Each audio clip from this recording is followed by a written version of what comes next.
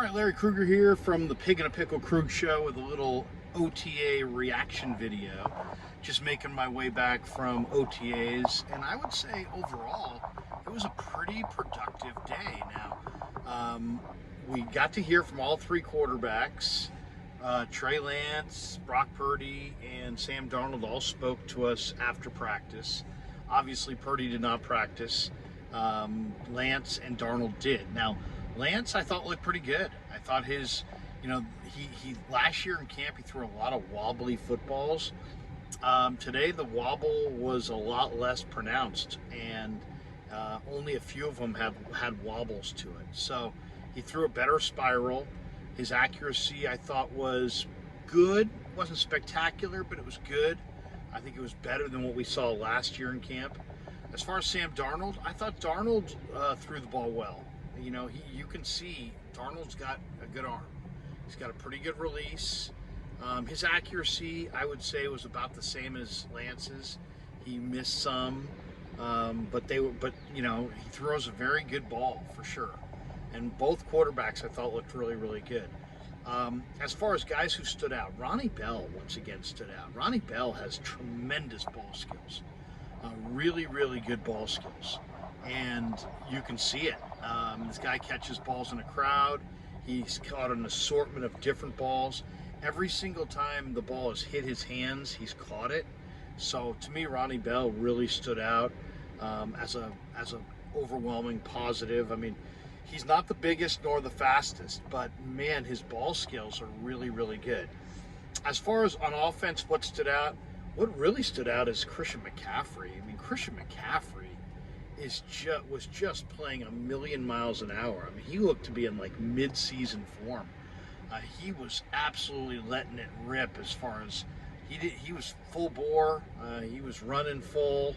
He looked great. I mean, McCaffrey very much looked like the tone-setting player on the field for the offense. As far as the other parts of the offense, I think there's definitely signs that there's some good offensive line depth. I thought Colton McKivitz looked pretty good. We saw Matt Pryor, Nick Zakelj. I thought some of those backup offensive linemen looked pretty good. Zakelj in particular, I thought looked strong. And then overall, I would say, those are the guys who stood out on the offensive side of the ball.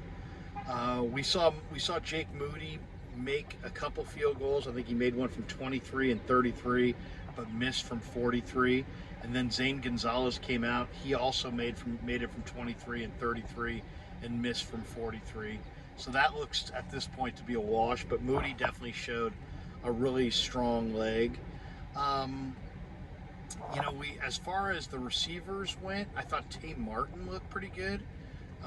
He made a couple of catches, and he's definitely stronger, definitely looks more confident than he looked at, last year at this time.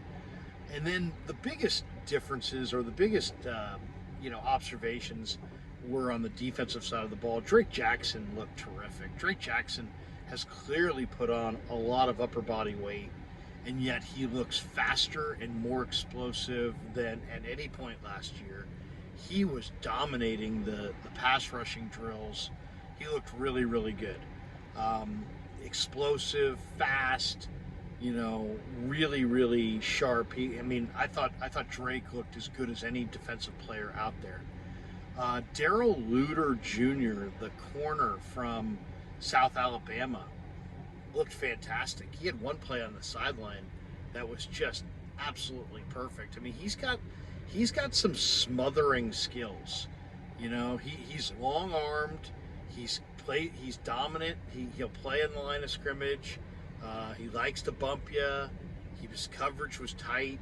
He made a couple of plays where the coverage was just absolutely almost perfect.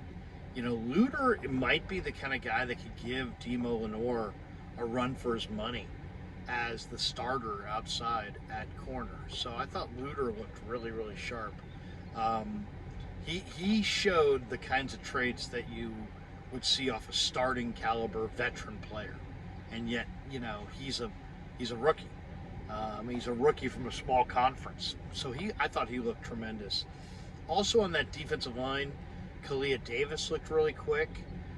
Spencer Wagee definitely showed some motor and some quickness at 300 pounds. I thought he looked good. The one guy who looked lean, but I don't know if he's at his playing weight, is Javon Kinlaw. I mean, Kinlaw, that's the lightest I've ever seen Kinlaw look. I mean, he's in great shape. Now, is he in great shape because he's trying to drop down and lose some weight, become more of a pass rusher? It's possible. I don't think he's ever going to be a pass rusher.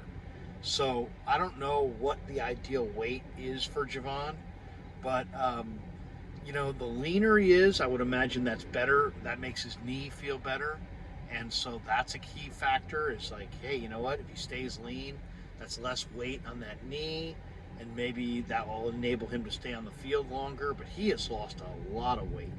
I would say if he played at 315 to 320 last year, he's lost at least 15 or 20 pounds. I mean, he looked like he might be sub 300. But he does look like he's in really, really good shape.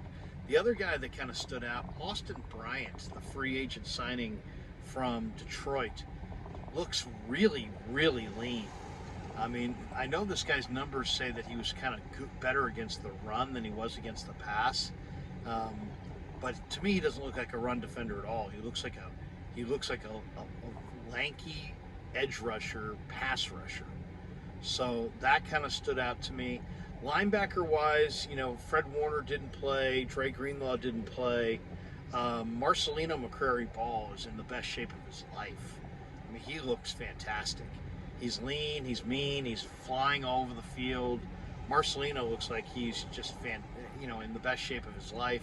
Jalen Graham, the rookie out of Purdue, again, he looked good in the rookie minicamp. He looked good on the field today. He's moving well. He flows naturally. He's very fluid out there. He just really, really looks strong. Now, D. Winters, who was drafted in the 5th round out of TCU, and it played incredibly fast in TCU, he still seems to be carrying around some, a few extra pounds, or maybe he's just not a great practice player. He just didn't look all that explosive to me. He looks like a guy that could probably lose 5 or 10 pounds by training camp. So that will be something to watch for sure. The 49ers also, Avery Young, the rookie out of Rutgers, I thought looked good as a safety and movement ability. I mean, he doesn't have a great 40 time, but man, Avery Young definitely looks like a player to me. It was a really interesting day as far as, watching the 49ers practice. I thought there were a number of guys that kind of stood out in every phase, but nobody who stood out like you'd say, oh, wow, I mean, this guy just absolutely on a different level. I guess if there was one guy in that kind of range of wow, look at that guy, it would probably be Drake Jackson. And maybe a little bit of Darrell Luter Jr., just from the standpoint of Luter really looks good. It looks like a guy who's ready to play right away. And Jackson was explosive, and he was firing off the edge. He was getting around the corner. He just looks confident and fast and intense and dialed in. I mean, if there's one winner, if there was an overwhelming winner today, it was definitely Drake Jackson. Drake Jackson has put on extra weight, but he looks like he's faster. He's put on upper body muscle mass, but he definitely looks faster. And I would say the big winner on offense was probably Ronnie Bell. He really stood out. I thought Ronnie Bell seems like I've yet to see Ronnie Bell drop a pass. I thought Braden Willis, the young tight end out of Oklahoma, looked pretty good.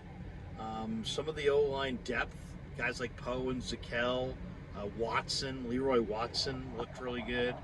So, there's definitely some things to like. I wouldn't say there was anybody that looked dramatically out of shape or in any way like a step behind in the drills. Everybody looked to be playing at a pretty good speed and in pretty good condition. But I would say my big winner on offense is Ronnie Bell. My big winner on defense is Drake Jackson. All right, thanks to Pig in a Pickle for being the title sponsor of the Krug Show. Check them out in Emeryville and in Corte Madera. They're open 7 days a week in Marin, Wednesday through Sunday in Emeryville. Thanks to all of you for supporting the Krug Show on YouTube.